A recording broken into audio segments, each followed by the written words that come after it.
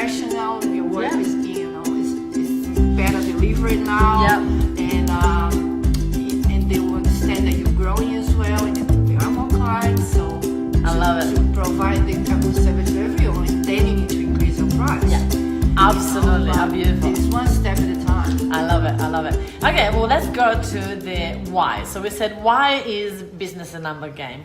Obviously, we were talking about this before, so I'm gonna just put them all up and we can talk about them all. Yeah. So we were talking about, why? Well, because you need to know how your business is going. Right? Yeah. First thing, a lot of small businesses are probably working with spreadsheets, and they're putting out the numbers by themselves, but am I forgetting something or missing something? So it's very important to first of all actually get an accounting software so you can actually put all the information in, and you can print a report in the end of the month and say, this is how much I made, or this is all my expenses, and how to understand them, how to see how that's exactly showing how your business is going, because if you're not making money, there is something wrong. Your business is not going well, or if you're making too much money and you have too much expenses,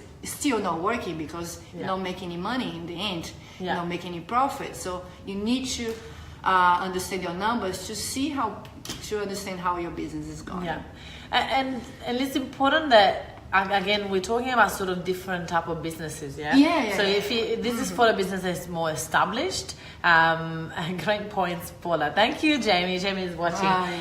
So obviously one of the things that I realized that people do, that they go in business and they expect to make money yesterday. And you go, obviously you need to start out. Obviously we need to understand that you're not going to make money straight away. But one of the biggest mistakes that I did, Paula, and you won't like this, is that I was so afraid of numbers that I decided to ignore it. And I honestly ignored it for the whole first couple of years. Because you don't want to see what is happening. Because it was scary. Because when I was watching it, I think I'm making enough money. How I'm gonna pay for this and that, and you don't wanna. I didn't want to see it, and I didn't want to see it. But then one day I realized that I felt like I was on a bus. And my business was the bus, and I was doing blindfolded. I was going ahead. Don't know where I'm going. Don't know where I'm going. Don't know if I'm on the right track. Hit a car. That's exactly right. So that's when I started to talk to my accountant a bit more. But then I told you that the experience that I had, it was people that were not supporting me, but they were more going, looking at the past. The past. The numbers in the past are not working. You're not making any money. Yes, you are making money, but you're spending money. So your business is not viable. And I remember me in tears, tears going, what are you talking about? You don't believe in my business.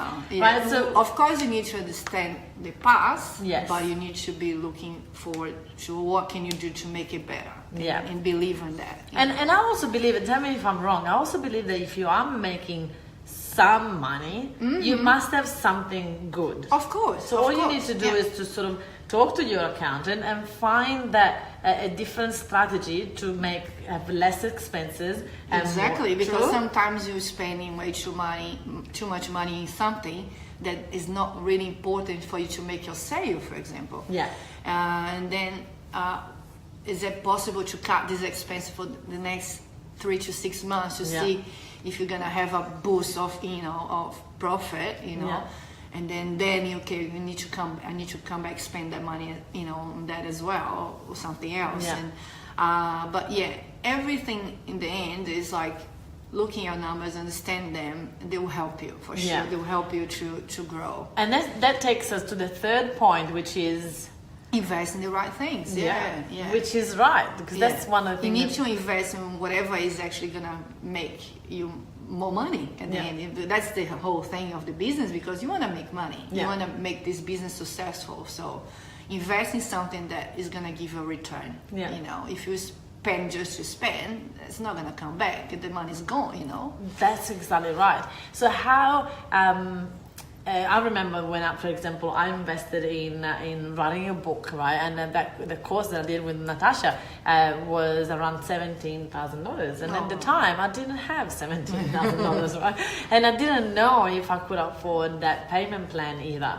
And it was a scary choice. But the thing that I look into is, what is that book gonna give me? Like, once on the other side, once I've got a book, I'm an author, what is that gonna look like? So that's what I saw. And obviously when my accountant at the time was my dad, and my dad said, "You are crazy." I'm like, "No, I'm not. I can see it." And I could see what that could do for my business.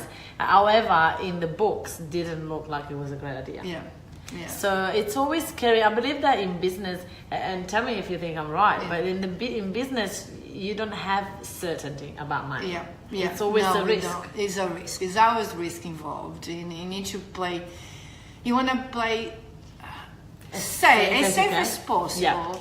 But there always gonna be risk, and no one can promise that we won't have risks. That's right. But if you don't take the higher risk, you don't get the better return, So it's always, Isn't this the best accountant ever? Seriously, exciting topic. Zoe, how are you? Absolutely, right? Because I literally go, you have to take risk to be able to gain as well. If you always... If you play low, you're going to get low results. Low results. That's exactly like that. That's exactly right. So this takes us to the next point, which is outsource. Outsource. So, when is it time to get someone in? Look, I would say no. It's not even when you have the money. Sometimes it's more like, are you having too much on your hands that you cannot handle anymore? Do you need to give to someone else so you can start getting more money? Because at the point, you get to a point that, okay, if I do everything, I'm not gonna get any more sales. I'm not gonna get any more clients because I won't be able to handle all. So do I need help now? Yes, you do help now. Do you have the money? You might not have the money. No. But if you outsource, then you're gonna have spare time to get more money. So it's simple like beautiful. That. And that's the same to the next point, when it's time to get a member, someone here to help you. So, and that's what I did when I first had my first, I started Outsource. I started to have a virtual assistant from the beginning of my business.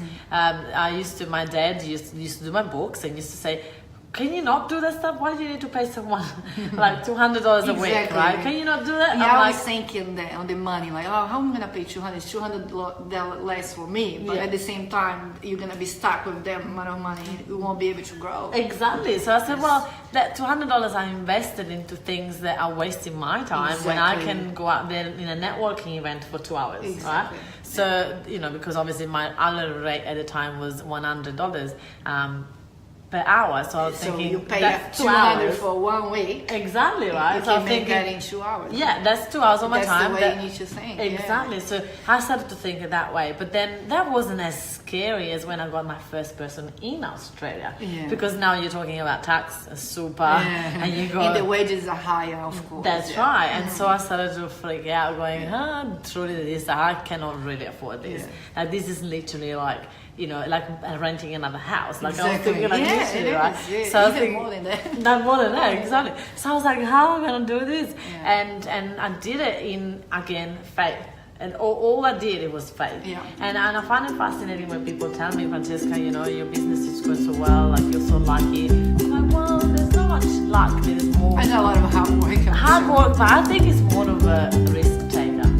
I just went for it. And I just believed and trusted that everything was going to happen. And then obviously I did what we'd actually, let's talk about the next point, because I did what